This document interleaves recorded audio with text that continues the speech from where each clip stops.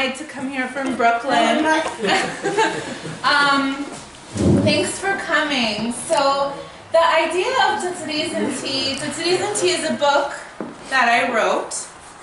And it's an interesting project because I've been thinking about it my whole life, but I got funded for it in 2016. So I had 1 year to write a book and self-publish this book and do these events for this, because I got funded for this project and I had a limited time. So the book is out now, digitally, not print.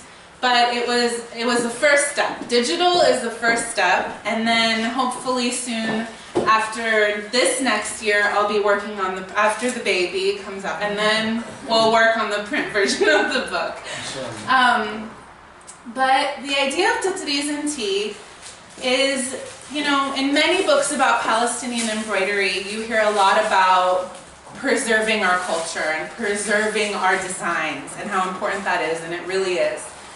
But there's something more to the designs than just their beauty, than just what we wear and what we show and the gorgeous colors of our thread. There are stories that are carried in these designs, and I don't know how your families, Palestinian families, have shared these designs in your family, but in my family they were shared through stories. And not just the stories of what the designs mean. They're stories of the women that are passing them on. Maybe there are men that are practicing embroidery too. They have their own stories to tell. We don't tell. Oh, they don't tell their stories. But we women coded our stories through the designs. And this is something that my mother passed to me. And my grandmother passed to my mother, and my great-grandmother passed to my mother too. So we have four generations of designs that have been collected in my family, and I wanted to share the patterns in this book, but also the stories. I wanted the spirit of Tatreez to be kept alive, and that's what the tea represents. The tea represents our culture. It represents the culture of storytelling. It represents the practice of embroidery. When we all come together, we make a pot of tea, maybe some kakajwe, whatever. We get comfortable and we do our embroidery. So that was the idea. Embroidery, Tatreez, and storytelling, which is the tea. In the book, I cover, in this presentation, hello. In the presentation, I want to talk about two very specific designs in the book and share the stories with you. But just as to let you know about what I have shared, these are a few of the designs that I keep and I preserve in the book. And these are all pieces in my family. So you might have your own version of this dress. So this dress, the garden dress, which I'm going to talk about today, we found a garden dress here in the closet. Every family, I'm sure, every Palestinian family has a garden dress. And I'm going to talk more about what it means and what it means in my family too, but this is a very common design in Palestinian community and Palestinian embroidery. And there are a few others, you'll identify, for instance this, you see this is called a rishe design, which is feather design. But the way this is used in this dress that I share in the book is the wheat harvest dress. And in the chest piece of the wheat harvest dress, you see the head of wheat. And it is to honor this harvest season, Palestinian harvest season, but of wheat specifically. And wheat as being such a staple in our cuisine, in Palestinian cuisine, our pita bread, our bread that feeds the rich and the poor. It was encapsulated in this beautiful dress and this beautiful design. The feathers, you might wonder, well, why are there feathers in the lining? The feather was meant to represent a bird. It was meant to warn Because these dresses were to share something, right? Is to teach their children. If a woman's wearing a dress, she's teaching something to her kids. She's passing something on to the next generation. She's teaching them to watch out for the birds, because they could come eat the head of the wheat. So this is kind of the idea.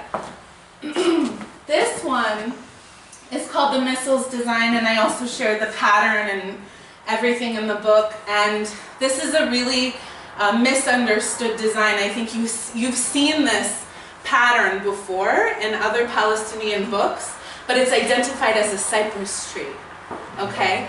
But if you look closely, you will ask yourself, why, this isn't the cypress tree, this is just the lining of this is just a sleeve design.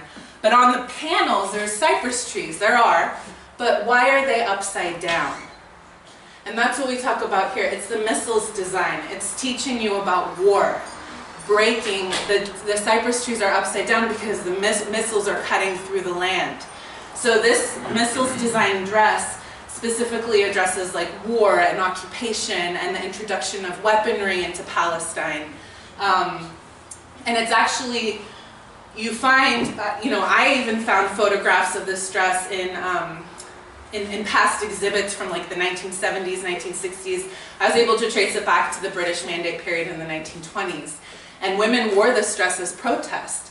It's a safe way to protest in your embroidery, right? Without risking your life, you'll put on your dress and you'll express your opinion. And it's encapsulated in this design. And that's why I love the Missals design. Maybe next time I come, I can talk about, that's like one of my favorite designs of all time. So these are the kinds of designs I'm talking about in the book and what they carry. Again though, it's not just what the designs carry, it's what inspiration is carried between my grandmother when she passed it on to my mother, and when my mother passed it on to me. What stories did she have? Like how did she learn about the story? Does she remember when she sat down with my grandmother? These are the stories that these dresses carry, and they're so personal and there's so many different layers to them, and that's what I hope to preserve in this book. I just like to share this picture because this is my family. This is my mother's right here. This is 1952, Menbej, Syria. And that's where my family was exiled after 1948, and they lived for quite a few years. Hello. So people like to ask, what our story is and what my story is as a Palestinian. And my family left Safed. They left Safed in 1948. They actually didn't leave. They were exiled. They fled for their lives, and they didn't turn back. And, another important thing I'm trying to highlight in this book is that these designs aren't just important because they come from certain villages in Palestine. We do focus on that a lot, and it is important. We want to know what design came from Bethlehem, what design came from Ramallah. These are very important questions. But when you learn this craft in the diaspora, you're learning it from other Palestinians from all over Palestine. They're not just from your village. And that to some point, you're not going to 100% know where all these designs come from. So part of preserving these designs is kind of honoring the fact that we are in diaspora, and that these designs are now a symbol of our identity as a nation, not just as a village or a certain part of Palestine. It's a unifying symbol. And so when my grandmother was teaching my mother embroidery, they were in diaspora. My mother learned it in diaspora. She was at 8 years old, she left at 3. She was 8 when she learned it, the craft. And so she picked up designs from many different women, like in the community and in the refugee camps, and she recorded those designs. So you might see some that might not be specific to Safed. In fact, I'm 100% sure they're not specific to Safed. Hello, welcome. This is my mother. So I just want to highlight her a little bit because she taught this to me. And she's been doing these talks for like 40 years. And she lives in Oregon, but she's now like passed on the Tatreez to me. So it's my turn now to share this with you. And I did try to include some of her quotes in this. Like I have just a few little video clip things of her talking, because I think it's important for you to also hear what I heard when I was growing up and not just hearing it from me. And this is me learning Tatreez. So this is me, I'm 3 years old. And so my mother's, so I have two sisters, one's older, one's younger. You'll see in the book cover, it's my mom, Feda, my older sister, me, and Safa, my little sister.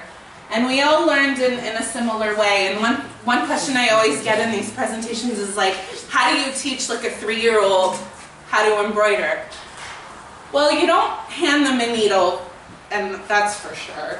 But there are different stages of learning Tatreez, and that's another aspect of the book, in the book, that I try to cover, is like, how do you learn it? Because many of us are, many people didn't have parents that practiced Tatreez, and if their mother didn't know it and didn't teach it, then you're kind of starting from zero, right? So there are steps that you start learning. The first step is maybe something that I feel a little bit like traumatized about, because I did it for like 10 years before my mother let me actually put a needle into fabric. But it was pulling waste canvas. I don't know if you guys know what waste canvas is, but I'm going to explain this to you because this is an important technique in Palestinian embroidery, and if you don't know it, then some of the presentation won't make sense. So you're probably wondering, like, so how do you get all these straight lines? If you're not using a sewing machine and you're just doing it with your hand, how do you get all the straight lines? Well, you can use either a special fabric that has special holes in it that kind of guides you through, or you use waste canvas. Do you guys all know what the cross stitch is? Cross stitch? Okay. So in order to do the cross stitch, it's a counting stitch. You have to count it. So in order for you to produce like a actual design, you need to be able to count a row of stitches, right? So maybe the first row would be 3 stitches, the next one would be 5, the next one would be 6, and you're kind of creating this like shape with it, right? So in order for you to do the counting, you need some guidance. And that's what the waste canvas is. This is what it looks like. It basically looks like graph paper, right? But it's made out of threads. And the first step would be to sew this waste canvas. I'm going to put it on my belly because it's just right here. You just sew it onto the fabric, and you immediately have guidance here where you can actually count your stitches. Now, at the very end of the project, you might imagine a thobe, right? Like a full dress. This whole thing would be covered with waste canvas, right? So what do? You ask your daughters to pull out the waste canvas. So that's what we did. We got our little tweezers and we pulled out one thread at a time, one waste canvas thread at a time. But this is a very important skill to develop, not only so later we could do our eyebrows or something, but it was so that we understood and like respected the embroidery thread. It was the worst when we would take that tweezer and accidentally pull embroidery thread, right? Because it would make my mom, she would have to go back and fix the stitch. So we had to be very, very careful. But also it gave us an opportunity to analyze the design. We just were like this all the time. All my pictures, my face is like this to the fabric. I'm just pulling one at a time, one at a time. So that's kind of the first step. And it's a big theme in all of this because it was such a huge step in my upbringing that it was just an amazing, immense honor when my mother finally invited me and my sisters to embroider on our first dress together.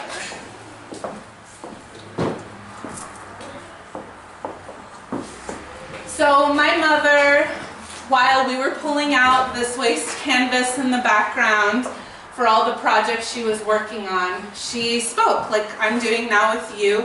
She did demonstrations, she did lectures and things like that. And she made us little thobes, little baby thobes. This is me right here. And she would have our little coin. Everything, all of these designs that you see here, maybe not so clearly because it's black and white, but I have the patterns in the book because these designs meant so much in my family, and I didn't want to lose them. That I wanted to pass them on, and these specific designs too carried more meaning in their stories than in decoding what, you know, these are like floral dresses. So if you were just to look at them, you'd be like, oh, these are just floral dresses. But they were dresses that meant a lot to me and my family, and they carried meaning through our stories and our experiences as like immigrants in the United States, wearing these dresses to school. Yes, we wore these to school, and we wore our little coin things to school, and we, you know, it was hard. I mean, it was a hard assimilation process as an immigrant.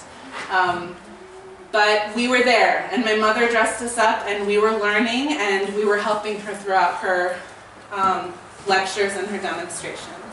These are a little close-up of the dresses we have. I don't know if you can see, but these are, yes, indeed, pizza stains, thanks to me and my mother. This is ridiculous how clumsy I was with this dress, but I kept them in the photographs. I just love the pizza stains. I was just like, this is a children's dress, you know? But this little baby dress was made for my little sister, this one for my older sister Fida, and this one was for me, the green one. So this is, I think this is 1989, and this is us working on the chest piece of our garden's dress that I'm going to talk more about as well, but this is in the demonstration. You can see me extremely close to the fabric here and Fida right here. But just to show you, you know, it took years. I mean, in that last picture, this one, I was starting something on the, like my mom had just started the garden's dress. So I was doing something very specific there on the garden's dress, and then we were still working on it by 1989, years later. So you'll see these pieces like resurface throughout the presentation until the dress is completely done. This is a little, okay, so I found little videos. They weren't like produced by me. I'm not like a videographer, but you know, my mother was interviewed. She's been speaking about Tatreez for a very long time, and so she was interviewed about an apprenticeship she did with us in Oregon. But some of the comments she made, I wanted you all to hear because I think that they're important. Let's see how loud this is. Because, you know, embroidery is a daily life. The mother, the grandmother, all women in the community, everyone, in the afternoon, they gather, they embroider. So the girl, of course, everybody learn from where they live, from their parents, from their community. So the girls, that's what they see every day. And when they are, you know, old enough to carry a needle, as soon as they have a needle and they can work with it, they start working in the embroidery. Of course, exactly as I started with those girls. I started with a small little design on big canvas, big stitch. That's how everybody started now. It's how I learned also. On a big stitch, how to count the stitches, how to make them neat and all organized. So it's the same way which I learned. I taught those girls and the girls in overseas, like in their homeland, they are learning from their mothers and their grandmother. And you know, step by step, they become like very good in embroidery. I have garden a stuff dress today. which I made in one of the programs, the apprenticeship program, when I taught my daughters. They learned by doing all these here. These all are like my daughter did this in the beginning, the little things here. Yeah, then they help me here. They are very good in the embroidery now. I am dealing with traditional designs. Traditional designs are the designs that we inherited them from our background, like from our mothers, grandmothers in the community, the whole community. Yes, but this is a traditional design. Here, traditional, all these are very traditional. This is one. Oh, I was going to say, hold on 1 second. Because, you know, I was going to say that this pattern book that she's talking about here, this is the pattern book we grew up with, and these are the patterns I'm putting in the book. Like, we have so many patterns in this book, so I can only start with 27 this first year, but next year I got funded for more, and I'm going to add 15 more patterns from this book to Tatreez Tea, so you guys can have it. Here, traditional, all these are very traditional. This is one portion here. We repeat it here, but like mirror reflection. Yeah, one like this, one like this. If you went back before Palestine became Israel and the Palestinians fled Palestine, every woman you can say she is an artist. She was an artist. After the diaspora, you know, and they spread all over the world, those women who are very expert, you know, very experienced women, they started to dissolve a little because they get older, they die, you know, they pass away. Some of them, they taught their children, but of course their children were not as good as they were.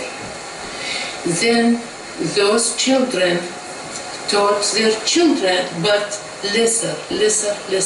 That's why we consider that it is an endangered art. Our history is 60 years, just 60 years. Before 60 years, everybody can. Almost 3 generations, most of them, they cannot do the embroidery. 3 generations. If we don't keep helping the new generation to do this, it will fade. I'm very proud of them because of their achievements, you know, and the progress that they did.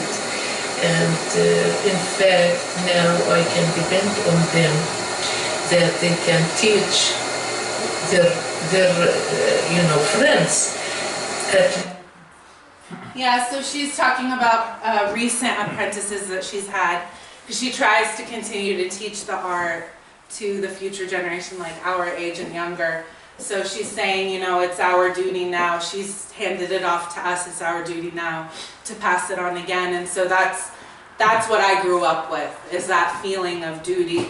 And that's what I'm trying to do here today and with the book, and as I continue to do the book. So you'll see, you know, when, you know, that it is just digital, it has a limited set of... Oh no!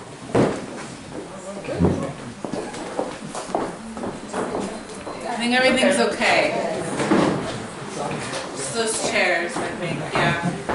No one was hurt. Okay. You guys are good? Okay, good. But the idea with the book is that I just keep building on it, and building and hopefully it becomes more like an encyclopedia of patterns for this next generation to carry on. This wouldn't be a book reading without a reading from the book, so I do just have one little bit I wanted to read from the book, and it's just about our start with the garden stress, because I want to talk to you about the garden stress, and I want to talk to you about all the different meanings behind the garden stress. So I'm just going to read a little blurb if you guys can hang in there. This is my only print version. So I found the initial draft of this manuscript in its most humble form, dated in 1995, written when I was only 13 years old. So I started this book mentally a long time ago, but finally finished it this year. My older sister, Fida, and I were awarded an apprenticeship grant to learn embroidery from our mother. I remember how carefully my mother had planned each session months before we started.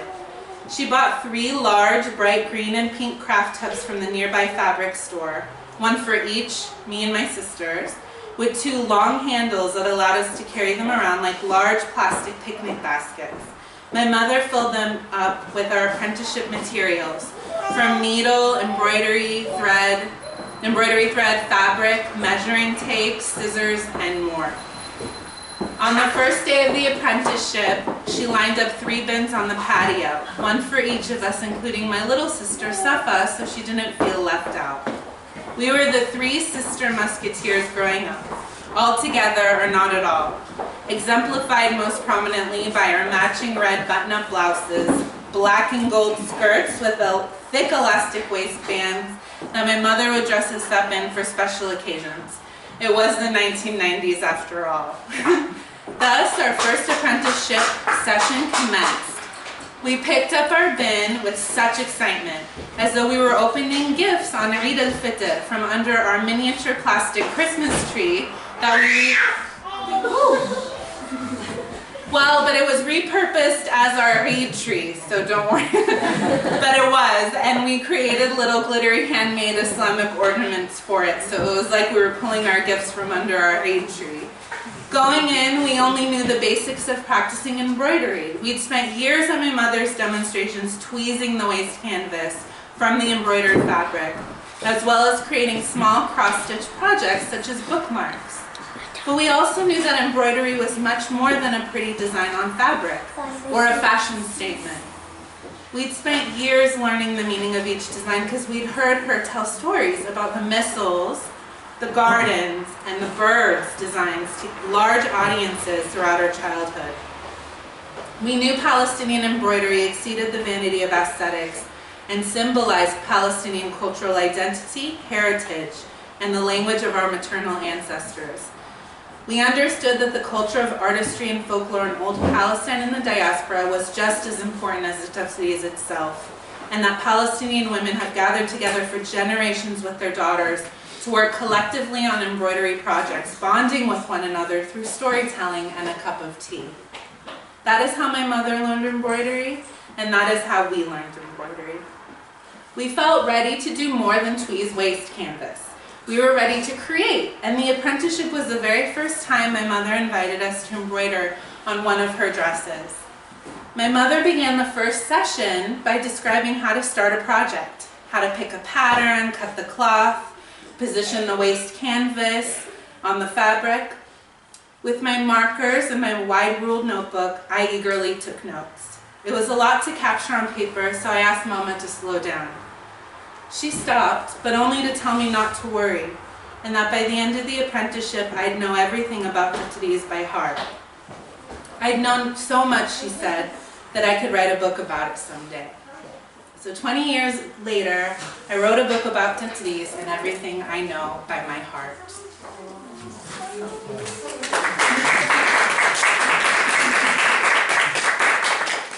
So we started our own pattern books. We started creating our own little patterns and picking out what we wanted to do for our project, and we started. And we got that garden dress out that you saw in the other picture. We've been tweezing all of that for a few years, and Mama was ready to finish the Tatreez, and we were ready to help her. That was the before. This is like before and after makeover style. This is the after. So I love showing the gardener's dress because, as I was saying before, so many Palestinian families have their own gardener's dress. It's like a traditional dress that brings every Palestinian family. It's like an heirloom in our families. But also it has some very traditional placement of the embroidery, because a big part of Palestinian thobe is the placement of the embroidery that makes it traditional. You know, when you start thinking, how am I going to make a thobe, or a full embroidered dress, you start to think about the characteristics that make it Palestinian, what makes it unique from anything else that's embroidered. And one very important part is the placement of the embroidery, and then the theme. So the theme is carried in every single part of the dress. So you're not going to find a Palestinian thobe that has birds and a whole like zoo situation happening in the chest design and no animals anywhere else. Like it's, there's going to be a connection, there's going to be something that's connected. And usually the chest piece, the piece that's here, brings it all together. It's like the central part of the dress. It's near your heart, it's where people communicate with you, they see it right away. Immediately they know not only the theme of the dress, but what you're communicating in your dress. What story did you pick to tell in your dress? In this dress, you see, and I think I have a close-up I'll have a close-up of the chest design soon, and I'll show you specifically this dress. So there's the chest. Then we also have panel designs. Panel designs give like a mural-like quality to the dress. It's what's oftentimes the most stunning part about a dress. Especially if that dress is for a celebration or a special occasion, you'll see heavier amounts of embroidery on the skirt. And that's carried by the panel designs. And typically, like traditionally, there's 6 panels. There's 2 in the front, like you see here, and 2 in the back. And then there's 1 on each side. But knowing now that this is the first dress that me and my sisters worked on and my mother wanted us involved, she removed the side panels, the heavy side paneling that would be on the side here, so it would be the same panel here, and gave us the little flowers. So she replaced those side panels with something that her daughters could do, which was something a bit easier when we were younger, and they were the little flowers. Now this is a lot of work. Those little flowers took a lot of time for us. But that's why you don't see those 2 panels there. And that's sort of your first clue that this is a family dress, that there's something very personal about this dress, something very custom about this dress. Then you also see another traditional piece of the dress besides the chest and the panels is going to be the sleeve design. And that also, the sleeve design is usually, it can be lighter, it can be heavier. This is considered a bit heavier. You see here at the gardens, they've got little flowers too here as well, multiple little designs on the sleeves. That's a little bit heavier. So you can see there's a lot of colors on the dress, there's a lot more, it's heavier in embroidery. This is a celebration dress. This is for some special occasion. That's another clue for how this dress is used and what this dress means. And then you'll also see the special stitching, which is the menagel stitch, which is considered a connecting stitch. And this is the colorful stitching that's on the seams here that's bringing together the fabric. So menagel, it's funny, when I was researching all our stitches, like ijirajaj and stuff like that, I had to find like, well, what, I can't just say like chicken foot stitch. I did, but I had to find like an equivalent, in English, because I'm sure, these stitches are carried on in many cultures. So the menagel stitch is actually in English called a baseball stitch, and I guess it's like, it's used for pieces of leather, and it's such a strong stitch that it's used to weave together 2 pieces. And it's such a strong stitch, it's typically used with like leather, like on a baseball. In Palestinian embroidery, it's, my aunts and stuff would send my mother their dresses anytime there was like a tear or it got old and they needed it. So they'd ship it to my mother in Oregon and she'd fix it. There were times she'd get dresses where the fabric was so old it was like falling off the dress. Like it was just, you couldn't save the dress. But the menagel stitch was there. It was like, it's a solid, strong stitch. It lasts longer than the fabric sometimes itself. So this is a very, very good stitch, and that's why you see it in these very heavy embroidered dresses. And then you also see colors, different colors used in the menage stitch. You don't have to use different colors, but you want it to match the celebration that the dress is trying to share with you. So you see like more festive colors in the menage stitch, and multiple colors there. And it all kind of ties together. This is closer into the menage stitch and the panels here. So you can see our little, they look so tiny compared to the incredible amount of work my mother did, but it was such a privilege to be able to even put that needle in next to her panel like that, because she had spent so many years already working on this dress. These are our little flowers. So I want to get a little bit more into like what this dress means. So you know so far, based on what we've been talking about, that there's something very personal about this dress, that it's a celebration dress, right? There's many colors on it. Flowers represent life. It represents beauty. But there are some other special touches to the dress that go beyond just the meaning of the design. So there's a couple things here. So you'll first see in the collar, there's red, white, green, and black in the collar. Like my mother had crocheted that right in the collar. Those are the colors of the Palestinian flag, right?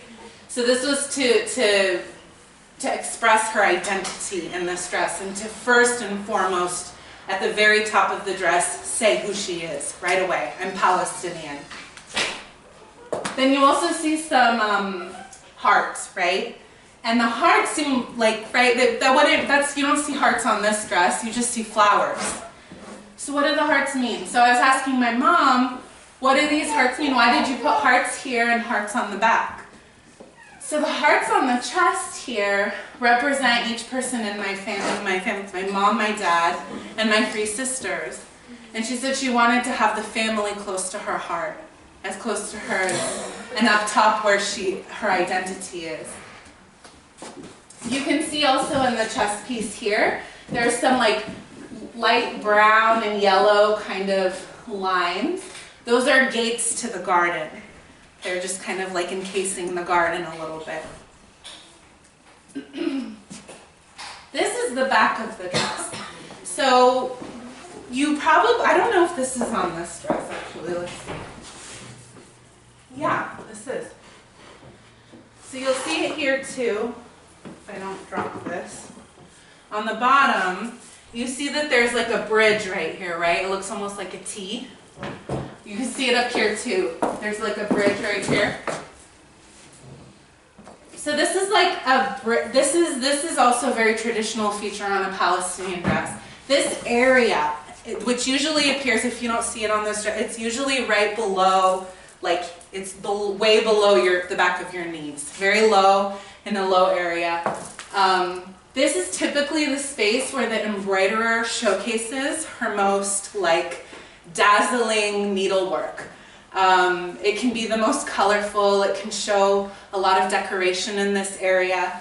And the reason it's there is, you know, in old traditional, like old Palestine, in their old costume, and traditional dress I mean, their like hijab and their headscarves used to go very long, at least in Safad.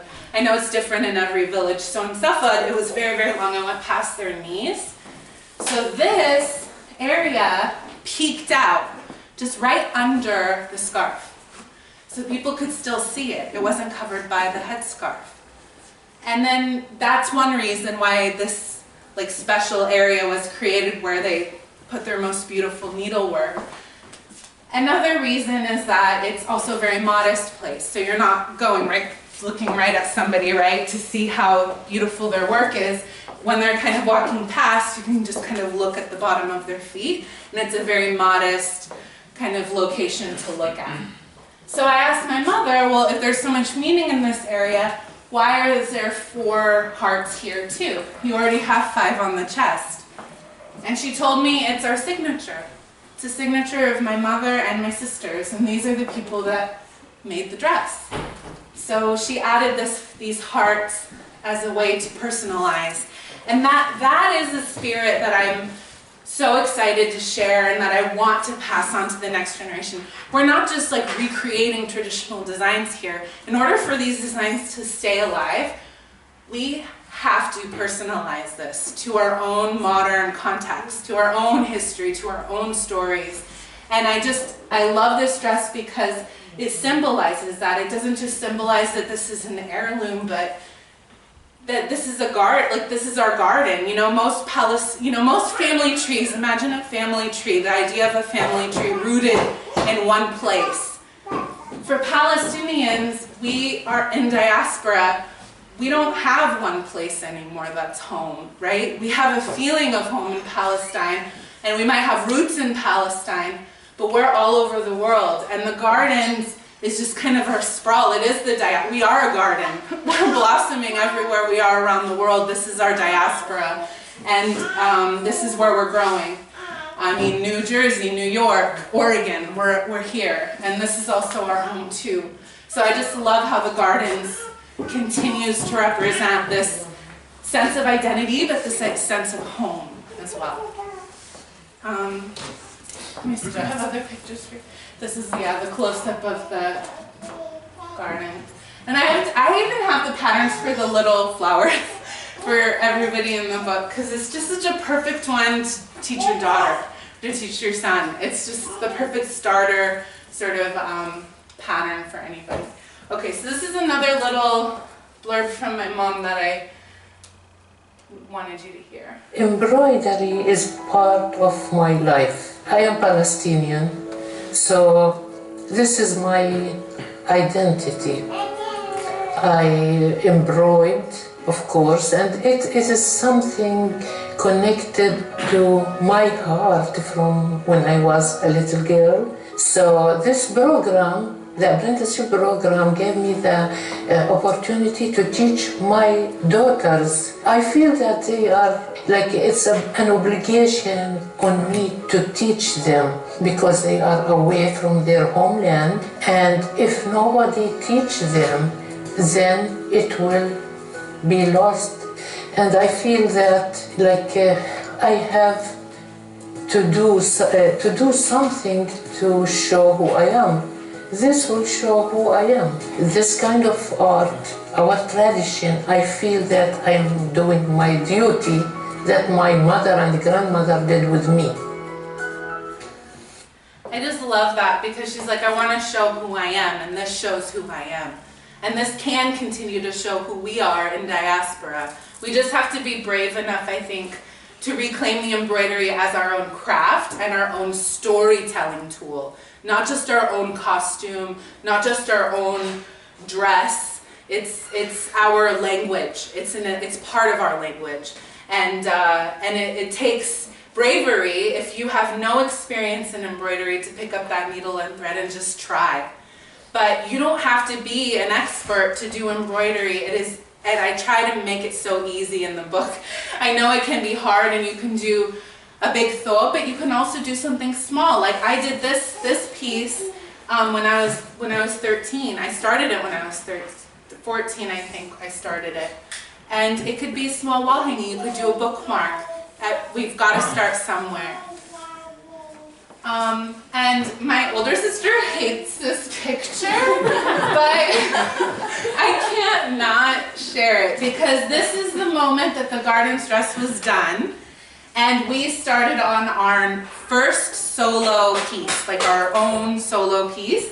This was my first solo piece, so you'll see here, if you look really closely, you'll see my purple thread, you'll see my pattern, you'll see this piece of fabric here. And then, yeah, so we're gonna carry on quickly so Fida doesn't get mad that we use this picture. So the second design that I want to talk about is the story of Cleopatra. And this is like an easier design to decode. It doesn't have so much personal meaning in terms of like the family and the same way that the gardens did. But it does represent something very important to me in the fact that it was my first solo piece. And my first solo piece, guess how long it took me to finish it?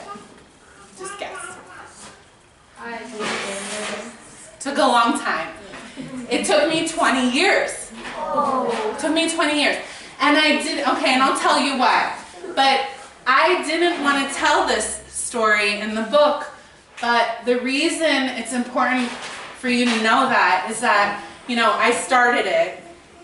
First year, I got through a lot of it, and I took that design and that single spool of thread, that purple spool of thread, and that same needle, I still have that needle.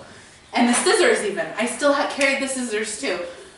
I took it with me everywhere I went.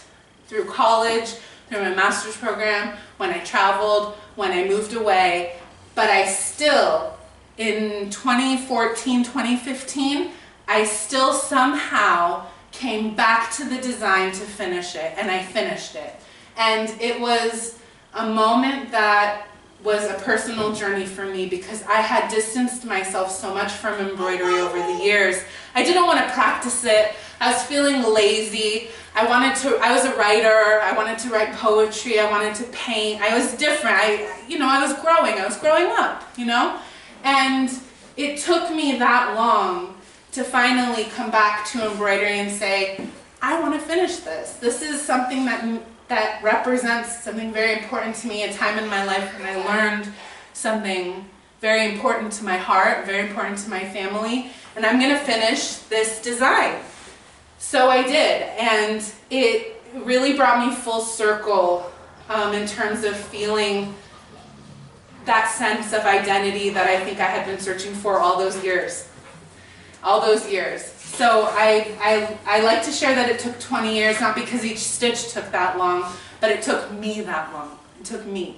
And I think if there's anything that you can take away is that embroidery, for Palestinians, embroidery will always be your home. Like, it'll always be there for you. And whether it takes you 1 year or 20 years, you will come back. You can come back. It's never too late. So my mom in 1994, but she does talk about the Cleopatra design, so I want to share just like a small clip of it. Of the Palestinian dresses, it has the name of the design or the pattern on it, which embroidered on it. So when I was very young, and I was just hearing my grandmother or her friends or my mother telling each other like bring or wear Cleopatra dress, wear the Muslims dress, or like wear the girls dress. So I was wondering what they meant about bird dress, snake dress, the name of the dresses. So I kept asking, why do you call this dress a bird? Why do you call this Cleopatra? Why do you call that dress the missiles? So they started telling me that this dress called the bird because it has that kind of design on it. And then I kept asking and asking until I learned that this is a story. Then Cleopatra, my grandmother used to tell me about Cleopatra. When I was in the college, I studied art and history in the college, and my grandmother used to tell me all the time that, didn't you learn anything about Cleopatra in the college? And I kept telling her no, until I had that class in the college, and I learned more about Cleopatra, and I found out that those Palestinian women, which they never read a book because they were not able to read or write, they knew those stories by heart. Then I realized that those dresses were very, very important resource for the Palestinian women because they learned from them. They were their school, they were their college, they were everything for them. They learned more stories than what I learned from the books. Then I started to compare the information that I learned from my grandmother about Cleopatra, and I found that the informations were right, comparing with the history, the books. I found that they are right, Yeah, so she's basically saying that these designs were used to teach each other about our history or about history in general.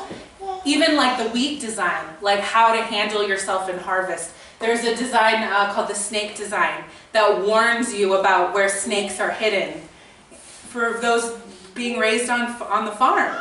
And so each dress had a purpose, each design had a purpose, and it's just it just takes a moment to sit and look into it. And I love this design because what she was saying was that the story shared, the history shared through the design has even more quality and detail than what she learned in her college class.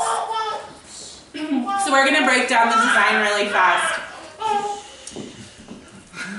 She's going to let us. No. But so we're going to break it down so that you can kind of see what each of the pieces mean, and we'll go from there.